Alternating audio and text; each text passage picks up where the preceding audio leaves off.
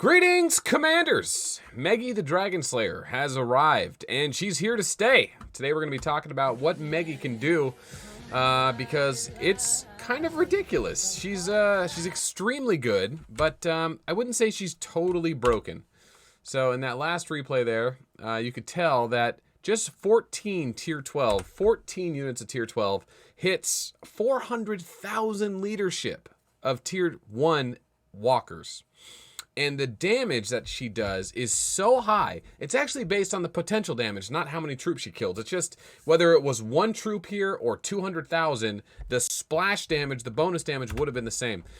So here it is, 374 million. At level 60, her skill is going to translate 374 million, 60% of that to every other troop. And look at the tier 12 up top. Boom, 190 million. Everything gets her 190 million. That's amazing.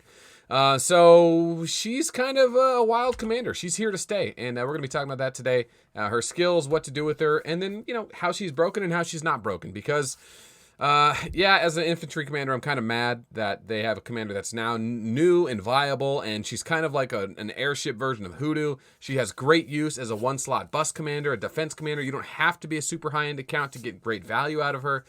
But at the same time, in a toe-to-toe fight, she's going to lose against other offensive comms. But she can do okay against... she's going to lose against defense comms, too. During the filming of this video, I forgot to put the damage gear on. Double Titans, Destruction Helm, Magiwell. That'll get the most value out of her as a utility commander, like I say in the video.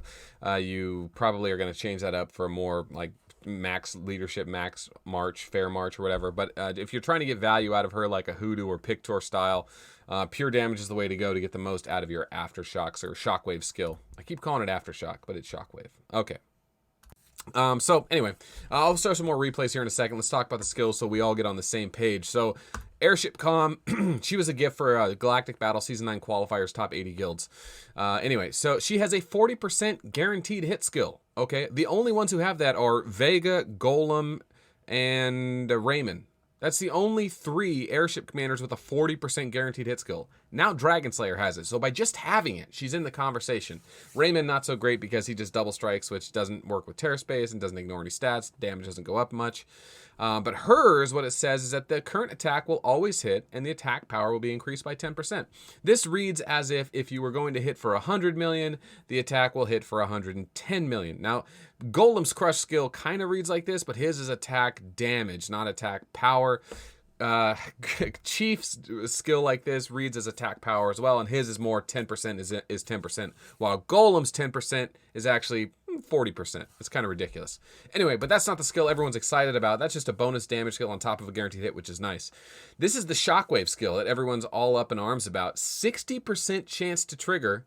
So a 40% and a 60%. If the first attack hits, then there is a bonus round of spell damage based on how much damage you hit. So it's level 27. This is currently at 27%. So level 60, it's level 60%. So like I said, if you hit for 100 million, then you will get 60 million to every other slot. And it doesn't matter if you hit a tier 1 or a tier 12. Now, of course, hitting tier 1, they have way less base defense. So just one troop of tier 12 killing a tier 1 may yield 15 million damage, and all of a sudden you're going to do 60% of that to every other slot. And if they have tier 12 in the other slots, it doesn't matter if they have tier suppression. If you have the same tier on your side, I don't believe it ignores tier suppression. It just does a tremendous amount of damage, and it really shines in the ability to just one slot bust, defend yourself when your opponents are attacking you, because when they do, usually when you're defending yourself and people are attacking into you, what they try to do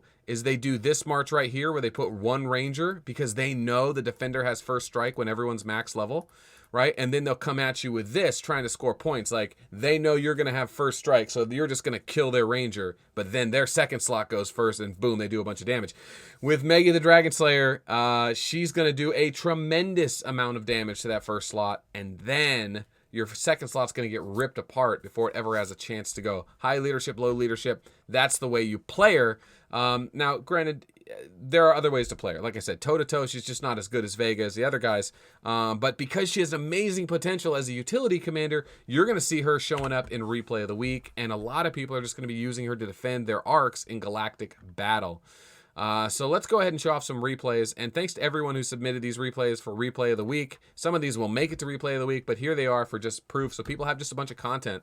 The way to build her is just pure damage, right? Her skill works based on damage. Penetration isn't going to increase damage. It's going to ignore stats. So pretty much damage everywhere is where you want to go. Glass cannon is fine if you're doing low risk stuff. If you're doing toe-to-toe marches, that gets a little more complicated. That looks a little more like the Vega build.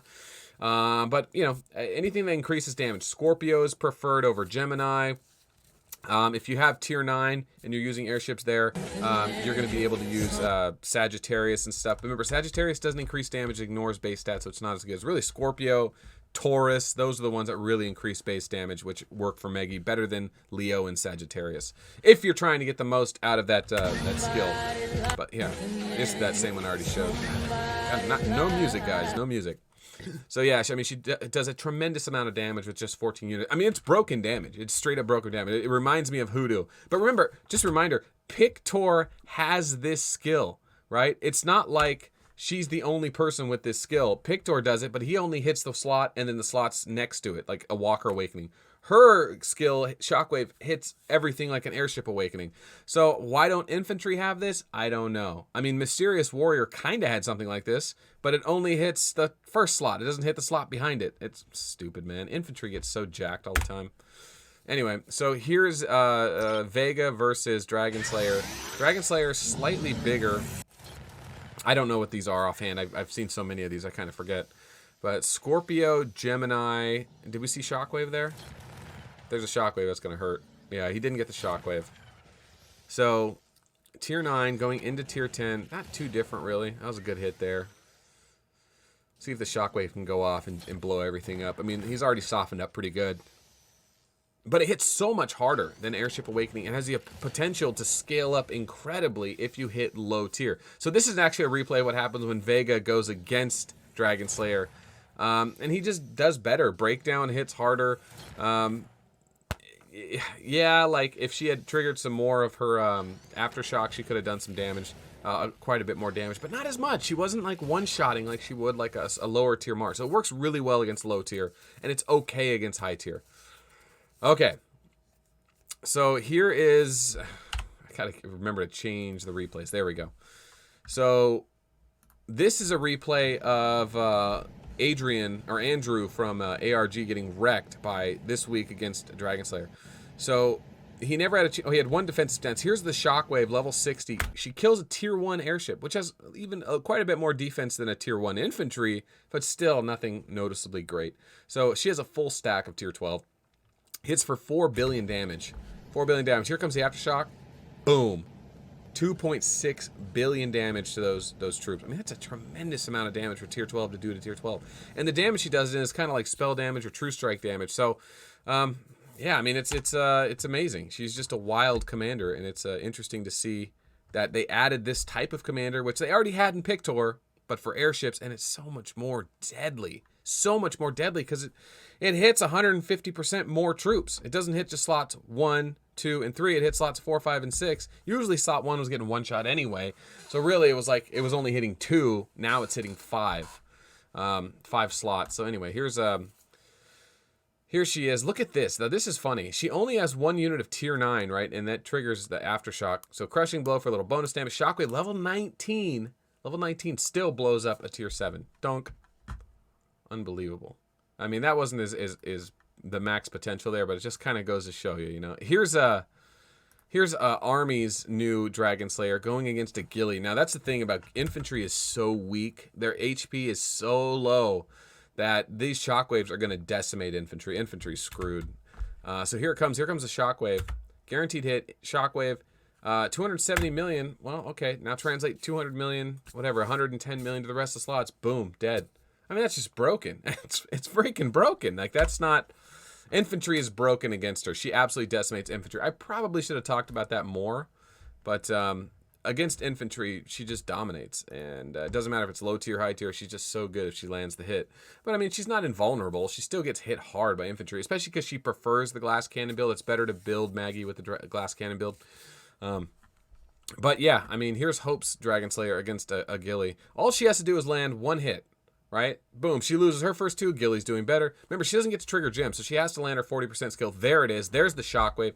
So, boom, finally lands one. There's 1 billion damage, 600 million. I mean, come on, man. I mean, the developers launched this commander, which I'm so excited because she has so much potential. I like this type of build. There can be a lot of fun with it. But why not for infantry? Like, this is so broken. Like, this is so broken. And then this followed up by the new Christmas event, which I'll be talking about tomorrow. I want to finish this video by just talking about Meggie herself. I keep calling her Meggie. It's because her name is Dragonslayer, but if you read the flavor text, it's Meggie came from the exotic lands. She was hunting the fierce exotic dragons while scientists were traveling the catacombs of time and space, and then it's so-called dragon. This flavor text sucks. Anyway, Meggie the Dragonslayer. So, I mean, yeah, I couldn't avoid this video any longer. I got all the proof I needed. If I missed anything, please check the comments below. And we'll be talking about that Christmas event tomorrow. So I'll see you guys then. See you guys for the live stream Wednesday. Oh boy, here we go.